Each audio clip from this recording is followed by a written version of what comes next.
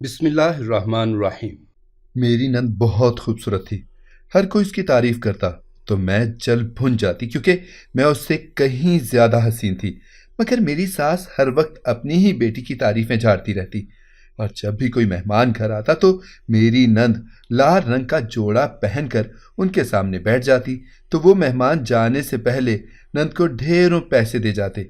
तो सास इतरा कर कहती, मेरी बेटी तो है ही इतनी खूबसूरत। एक दिन सास घर पर न थी। मैंने चालाकी से नंद को किचन के कामों में लगा दिया और खुद उसका लाल रंग का जोड़ा पहनकर मेहमानों के सामने बैठ गई, ताकि वो मुझे भी पैसे देकर जाएं। अभी मुझे वहां बैठे 10 मिनट ही हुए थे कि ये देखकर मेरे पैरों तले से जमीन निकल गई। जब मेरा नाम निमरा है। अपनी शादी के दिन जब मैंने अपनी नंद को देखा तो दुल्हन मैं नहीं, वो लग रही थी। मुझे समझ नहीं आ रही थी कि ये लड़की दुल्हन से ज्यादा तैयार क्यों हुई हुई है। मेरे ससुराल वालों को पहले नहीं जानती थी मैं। किसी के जरिए हमारा रिश्ता हुआ था और शादी से पहले 2 बार ही मैंने अपनी नंद को देखा था। वो बेहद हसीन थी, लेकिन मुझसे ज्यादा हसीन नहीं थी।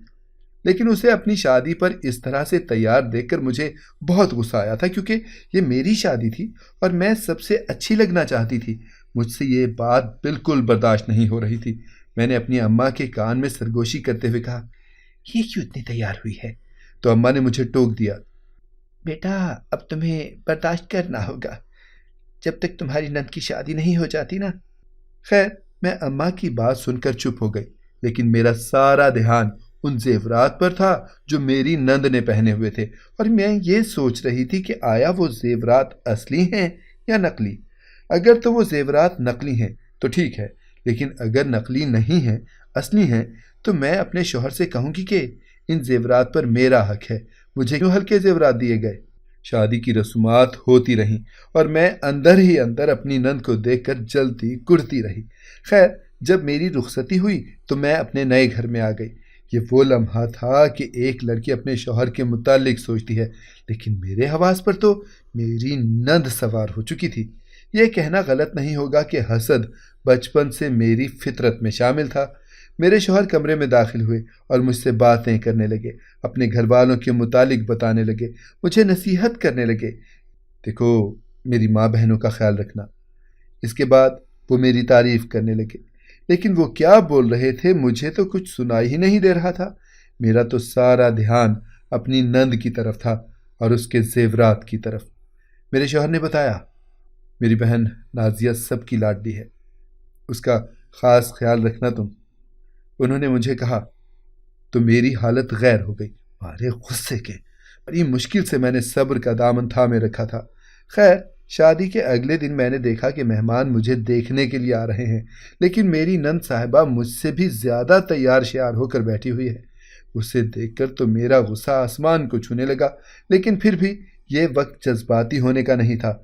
मैंने खुद को बहुत समझाया, लेकिन यह सिलसिला यहाँ पर ख़त्म ना हो सका। घर में मेहमानों का आना जाना तकरीबन सारा महीना ही रहा और सारा महीना मेरी नंद साहिबा मेहमानों के सामने हमेशा लाल जोड़ा पहन कर जाती थी। मुझे ये लाल जोड़ा पहनने की मंतक समझ में नहीं आ रही थी। हर बार सूट तो अलग होता, लेकिन रंग लाल ही होता। कभी कभी मुझे लगता था कि मेरी नंद साहिबा को दुल्हन बनने का कुछ ज्यादा ही शौक है, इसलिए वो अपनी हसरत इस तरह से पूरी कर रही है। मेरी सास मेरे कमरे में आई और मुझे तैयार होने का कहा, तो मैंने उनसे बहुत ज्यादा बदतमीजी में कहा, मुझे तैयार होने की क्या जरूरत है? जब आपकी बेटी इस कदर खूबसूरती से तैयार हो रही है तो आप उसको ही मेहमानों के सामने पेश कर दीजिएगा, क्योंकि मुझसे ज्यादा तो दुल्हन बनने का उसको शौक है।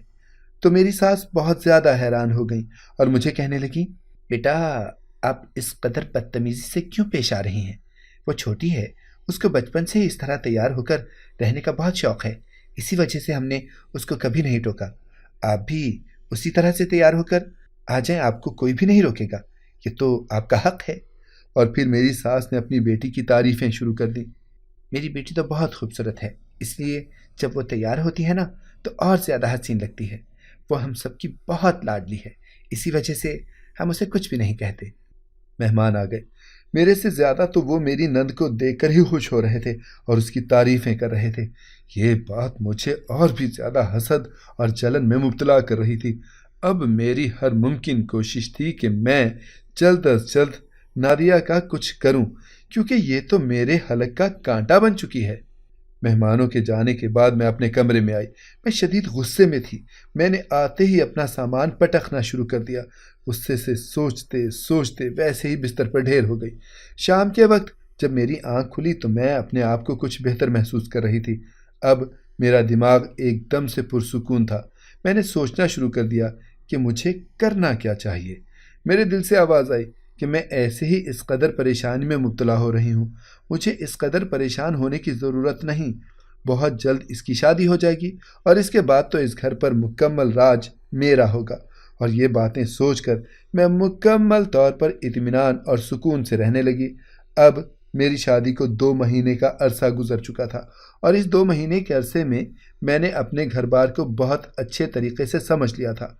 मैंने अपने ससुराल में भी सबको जाना था। सब बहुत अच्छे थे और एक बात कहूँ, वो सब लोग मेरी नंद पर जान वारते थे। इस पर अपनी जान तक कुर्बान करने के लिए तैयार थे, क्योंकि वो इस खानदान की इकलौती बेटी थी। मेरी नंद के हाथ का जायका भी बहुत अच्छा था। शाम के वक्त सबके लिए खाना वही बनाती थी। आज शाम उसने किचन में पकवान बनाकर रखे और अपने कमरे में चली गई। मैंने चुपके से किचन में निगाह दौड़ाई। खानों से इश्तिहा अंगेज खुशबू आ रही थी, लेकिन उस वक्त मैं हसद में इस कदर डूब गई थी कि मुझे वो खुशबू भी बदबू की मानंद लगी। मैंने इर्द गिर्द देखा, कोई भी नहीं था।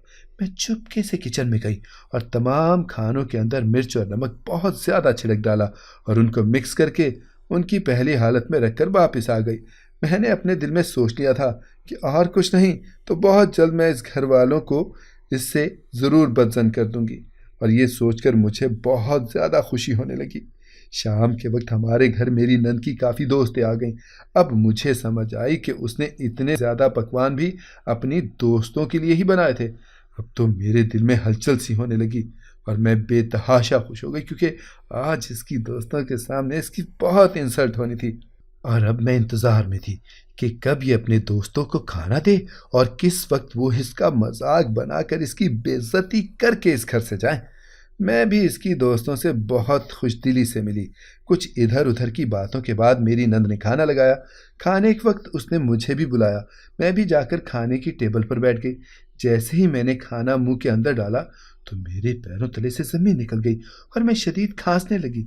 ये देखकर मेरी नंद ने मुझे पानी का गिलास पकड़ाया और मुझे कहने लगी, क्या हुआ भाभी? मैंने नफ़ी में सर हिलाया और चुपचाप खाने में लग गई। बाकी सब भी खाने में मगन थे, लेकिन मेरे हलक से एक निवाला भी गुजरना मुश्किल हो रहा था। मेरे दिमाग में बार बार यही सवाल घूम रहा था कि ये खाना इतना लजीज कैसे हो गया, जबकि मैंने तो ये खाना मुकम्मल तौर पर ख़राब कर दिया था। सब लोग बहुत दिलजमाई के साथ खाने में मशगूल थे और मेरा दिमाग ताने बाने बुनने में लगा हुआ था। खाना खाने के बाद बातों का दौर चला तो सब लोग बातों में मशगूल हो गए। मैं वहाँ से अपनी तबीयत का बहाना करके अपने कमरे में चली गई, लेकिन अभी तक मेरे दिमाग से ये बात नहीं निकल रही थी कि आखिर आज सब ये हुआ क्या है। अब मुझे समझ लग रही थी कि नादिया बहुत चालाक है, मुझे इससे बच के रहना चाहिए। वो तफसीर कुरान पढ़ने के लिए कारी साहब के घर जाया करती थी। सारा दिन वहीं रहती और शाम के वक्त घर आती थी। मैंने अब दिल में सोच लिया था कि मैं इसका सारा जेवर हड़प कर लूँगी। मैंने अपने शौहर के कान भरने शुरू कर दिए और उसे कहा, आपकी बहन अब जवान है, इसकी शादी कर दें। लेकिन मेरे शौहर के कान पर जूं तक ना रेंगी और उसने मुझे कहा, अरे अभी वो बच्ची है, पढ़ रही है, जैसे ही उसकी शादी की उम्र हो गई हम उसकी शादी भी कर देंगे। मेरा ये वार भी खाली चला गया।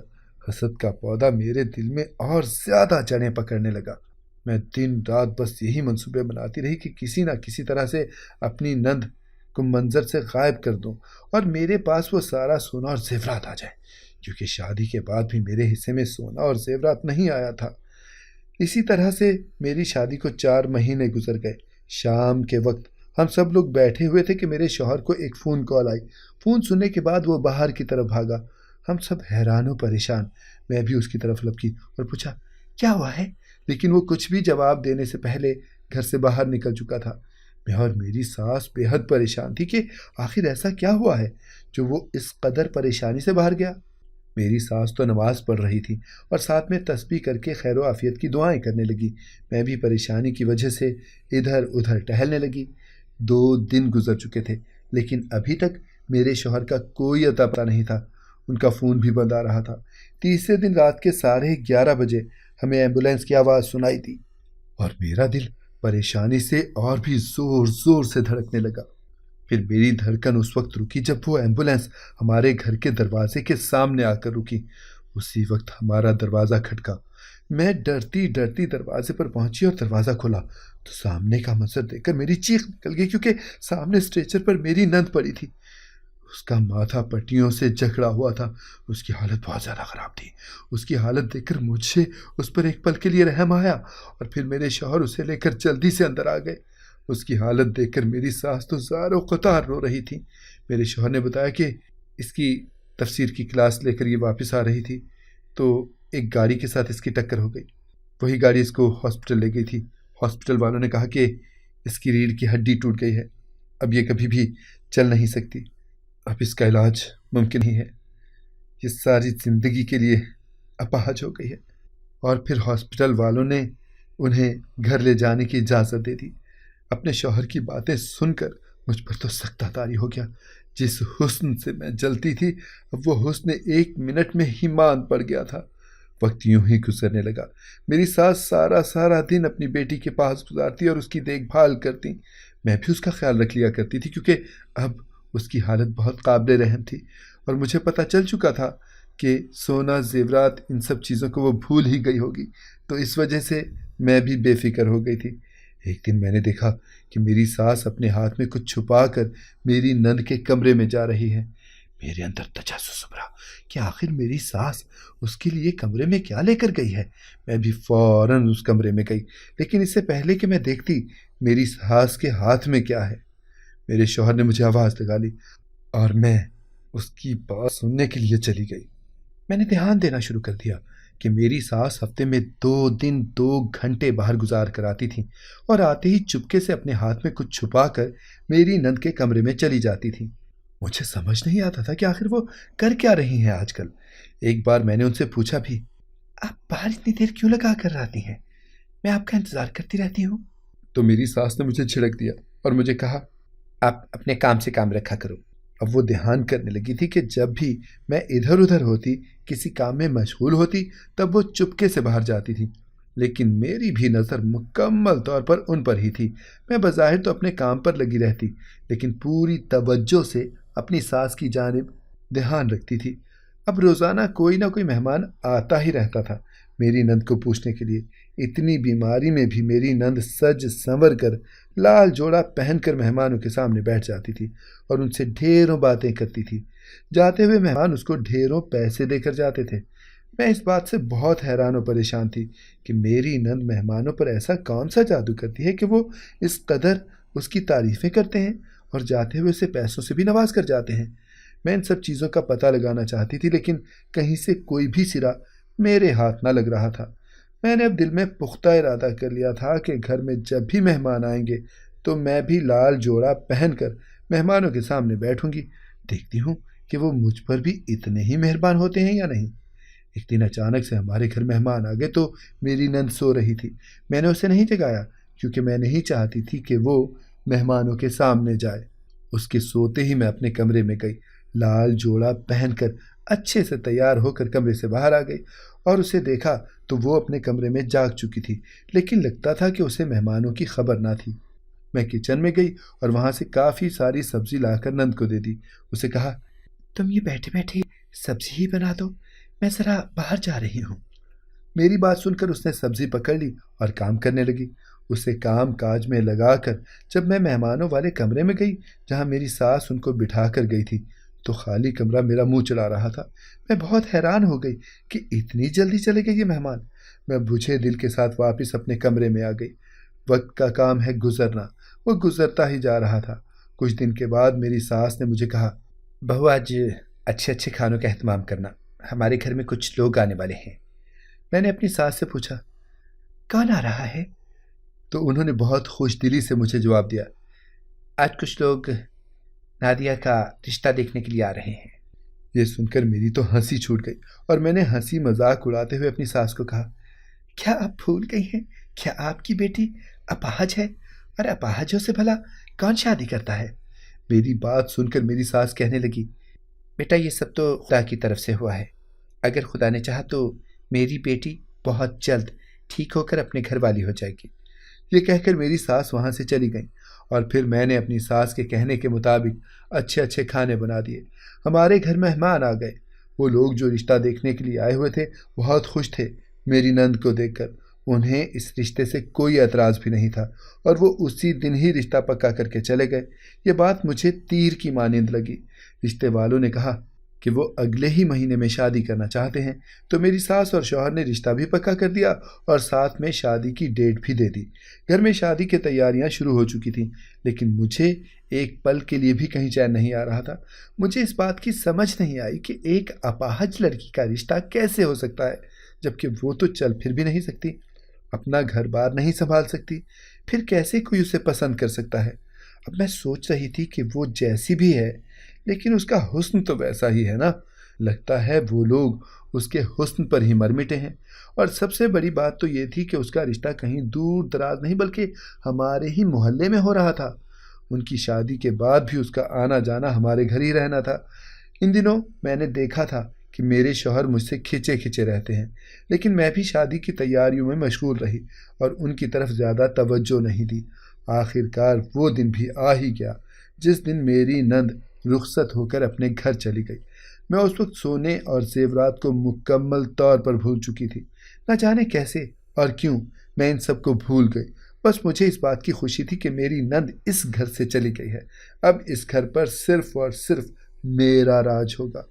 और कहीं ना कहीं मुझे दिल में ये भी लगता था कि अगर शादी के बाद भी मेरी नंद ने मेरी सास के घर आना जाना ना छोड़ा तो मैं अपने शौहर से अलहदगी का मुतालबा करूंगी। लेकिन मैं इस बात को नहीं जानती थी कि इस बात की नौबत ही नहीं आएगी और इससे पहले ही मेरी जिंदगी बदल जाएगी। लेकिन उन दिनों में एक बात मेरी तबीयत पर बहुत गिरा गुजर रही थी और वो ये थी कि मेरे शौहर मुझे 2 से 3 बार ये ताने दे चुके थे कि मुझे औलाद नहीं हो रही, और ये बात मेरे लिए बहुत दुख की बात थी। मैं सब कुछ भूल गई थी, अपना हर हसद और हर लालच।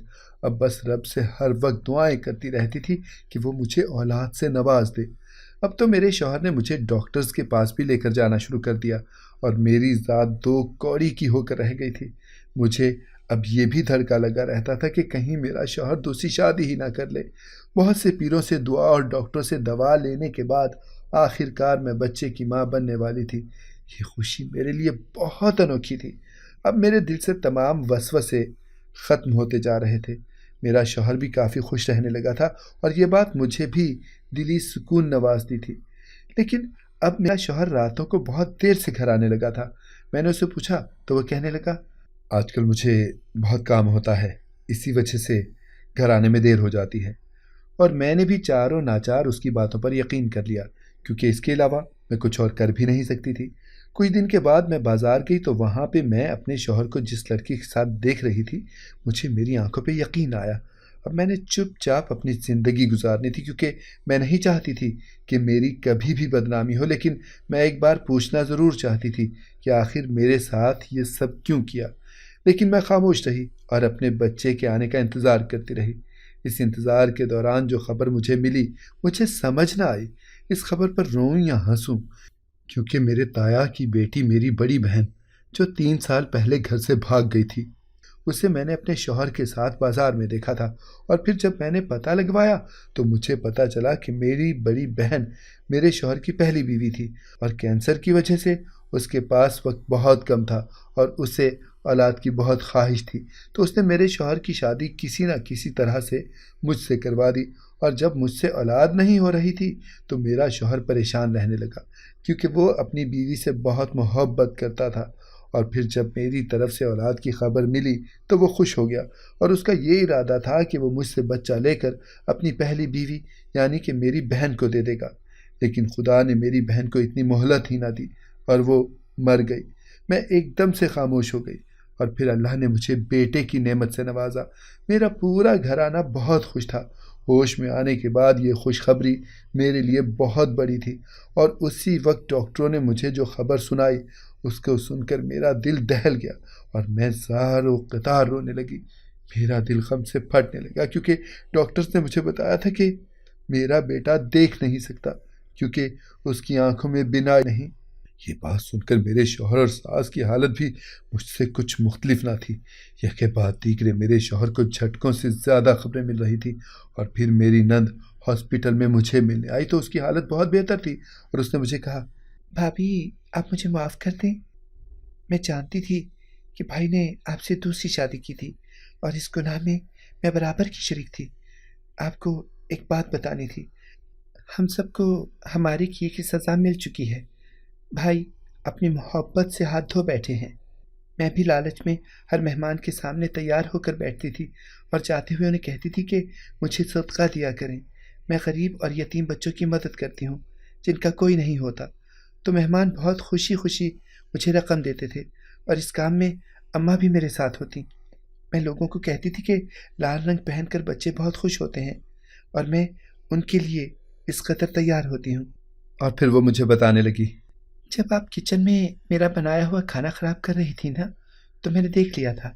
मैंने वो खाना ज़ाया करके बाज़ार से नया मंगवा लिया था और फिर मैं कुछ अरसे के बाद माजूर हो गई।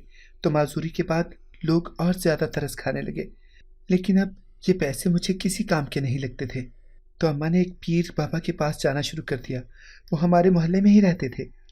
उस पीर ने अम्मा को चोरी चुपके अपनी तस्वीरें दी थीं और कहा कि वो मुझसे शादी करना चाहते हैं और इस तरह मेरी पीर साहब से शादी हो गई क्योंकि पीर की पहली बीवी मर चुकी थी। उनकी उम्र भी काफ़ी थी, लेकिन अम्मा ने मुझे कहा कि तुम माजूर हो गई हो तो अब ये शादी कर लो। अब पीर साहब मेरा इलाज करवा रहे हैं। मैं अफसोस करती हूँ कि काश मैं लोगों से लालच में आकर इस तरह ना करती। वो सोने के जेवरात भी मैंने लोगों से इसी तरह से झूठ बोल बोल कर लिए थे। मैं अपनी नंद की बातें सुनकर हैरान रह गई। मुझे एहसास हुआ कि वाकई हमारे गुनाहों की सज़ा हमें यहीं मिल जाती है। मेरी हसद करने वाली तबीयत ने मेरा नुकसान किया। अगर मैं अपनी नंद को अपाहज का ताना ना देती तो शायद मेरा बेटा ठीक होता। मेरी नंद और मेरे शौहर ने मुझसे धोखा किया तो उनको भी उनकी सज़ा मिल गई। अगर हम किसी के साथ धोखा करते हैं तो वो हमारे पास लौट कर ज़रूर आता है। अब मैं अपने बच्चे का इलाज करवा रही हूँ। डॉक्टर्स ने कहा है कि ये जल्द ही ठीक हो जाएगा। अगर आपको हमारी कहानी पसंद आई है तो इसे लाइक करें, शेयर करें और हमारे चैनल को सब्सक्राइब करें। अगली कहानी तक के लिए इजाज़त दीजिए। अल्लाह हाफिज़।